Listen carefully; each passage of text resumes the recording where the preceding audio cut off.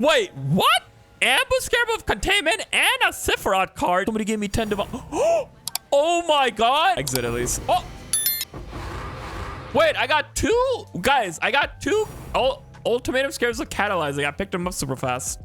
How much are these? 2.2 div? Over 2 divs. Hey, what's up guys? Man here. I stream live on Twitch and I wanted to share with you the data that I got from running 20 T16.5 memory influence maps with more scarabs rolled on there. I rolled these maps to have either 80% or more scarabs, and just as a warning, it took me about 300 chaos to roll 20 maps. This more scarabs mod I felt was more rare than getting a good more currency roll. And then I also used one delirium orb on it. You can use whatever delirium orb you want. The cheapest option is a weapons delirium orb. It was about 5C each. The point of the delirium orb is to just have delirium influence, which makes you more delirious, which increases like your item quantity and item drops and adds a lot more monsters to the map. As far as scarabs go, I used 2 scarabs of adversaries, which makes it so areas contain 4 additional packs with mirrored rare monsters. Rare monsters are good. Influence scarab of the hordes. Influence monster impacts of 40% increased pack size. And finally, scarab of monster lineage. We're using this scarab right here because on our atlas tree we have packs of influence monsters here, spec,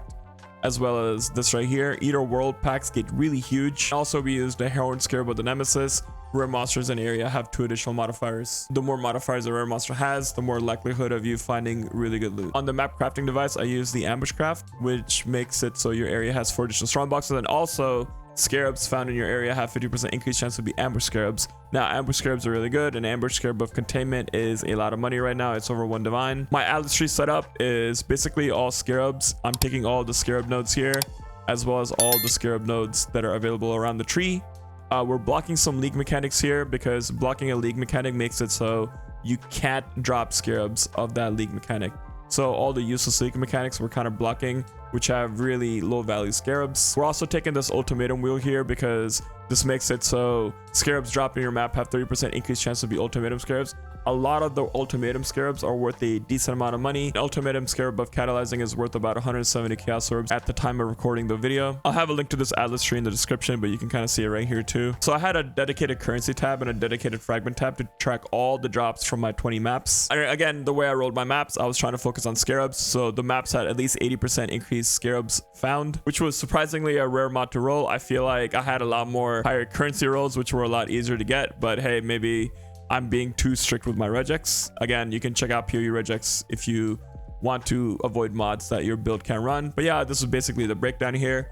We're looking at about 18 divines total if you go off these prices here.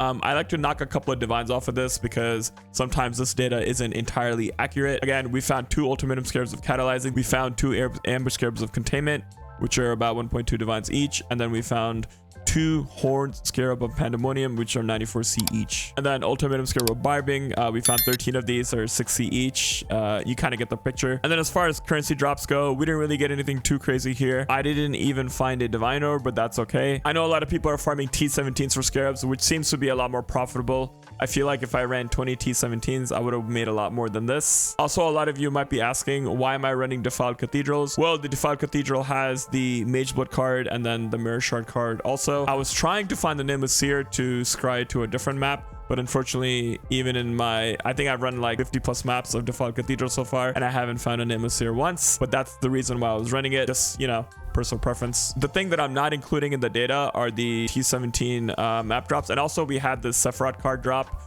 which is about close to a divine, 115C each. And then sanctuary maps are about 45 chaos each. If I did this in T16.5 dunes, I would have made a little bit more money because T17 fortresses sell for a lot more money, and defiled cathedral can only drop the T17 sanctuary map. If you didn't know, on the atlas, you can hover over a map. See, if I ran a Belfry map, you can only get a T17 citadel map here. It's different for each map on the atlas. For defiled cathedral, you can only get T17 sanctuary maps. But yeah, if I ran it on, let's say for example dunes, you know, I would be guaranteed tier 17 fortress drops. So again, a little bit more profitability on dunes. I did T16.5 defiled cathedrals because they were only 10C each.